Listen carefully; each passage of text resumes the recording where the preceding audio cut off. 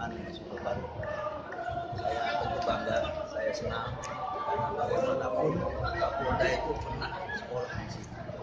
Ini alma maternya Kapolda.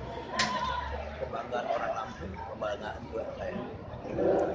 Saya ingin Unila ini menjadi universitas terhebat, universitas yang menghasilkan orang-orang cerdas, pintar, dan orang yang beriman lahir dari sini, sehingga Lampung secara khusus maju, Indonesia dinilai juga terbaik.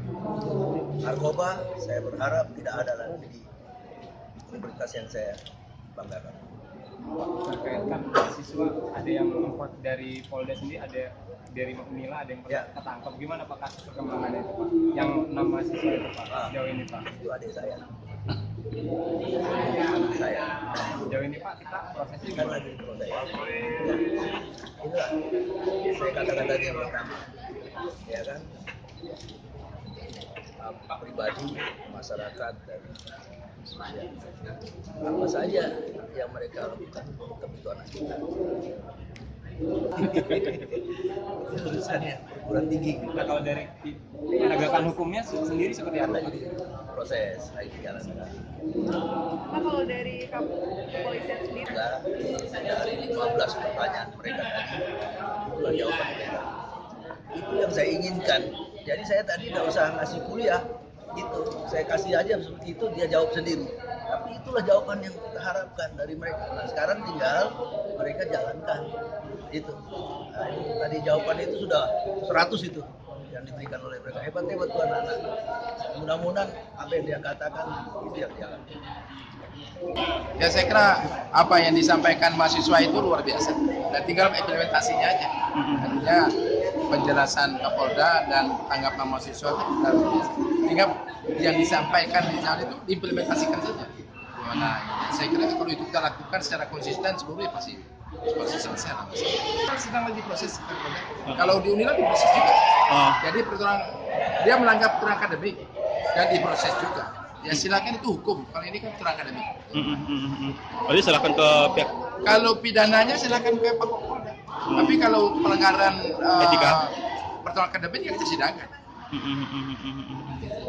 Kalau melanggar ya kita baru ya pasti mahasiswa kan lagi disidangkan. Ya kalau sudah terbukti betul ya kita keluarkan sanksi sesuai dengan peraturan akademik itu. Kalau pidananya silakan, itu urusan nggak ada urusan kita dengan. Berarti masih mahasiswa Pak Rektor ya walaupun sampai detik ini masih. Nah nggak tahu besok, nggak tahu lusa kan, tergantung Pak hasil sidang jadi FISIP. Kalau FISIP mengatakan ini sudah memenuhi kriteria untuk di nonaktifkan atau itu silakan itu. Tapi sudah kita kirimkan surat kepada Pak FISIP Pak? FISIP sudah. Saya hari 7 pertama sudah disposisi suruh. Tadi sudah berjalan, tapi belum lapor ke saya aja. Sebenarnya kita malu nggak sih Pak dengan adanya? Oh ya malu, sampai nggak malu.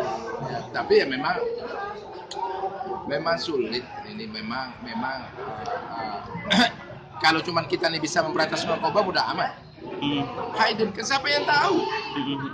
Bapak ya setiap hari ketemu anaknya, anda nggak tahu anaknya narkoba, ketangkap baru tahu. Apalagi kita kan masih gini. Orang dalam LP aja bisa diawasi 24 jam. surat disposisi untuk melakukan sidang terhadap 6 mahasiswa yang kemarin tertangkap itu Pak?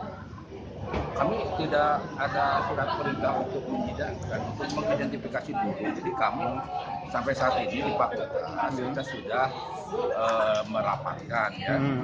Yang pertama kita undang dosen dan kajur-kajurnya dari mahasiswa itu ya.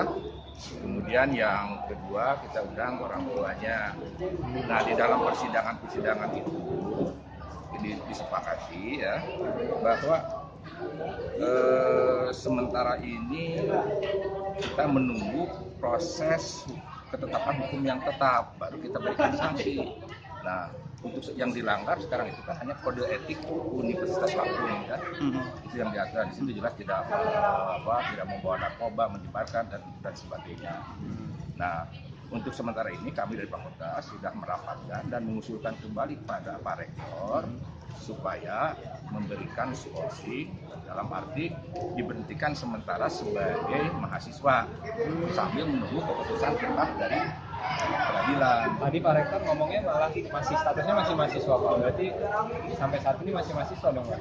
Iya, kalau diberhentikan sementara sebagai mahasiswa sambil menunggu keputusan yang tetap ingkrah dari peradilan begitu. Berarti kalau dari fakultas sendiri udah memberhentikan sementara sembari mengusulkan. mengusulkan Sebab yang memberikan sanksi rektor yang dilanggar kan aturan kode etik ini rektor. Masa kami yang melanggar kan?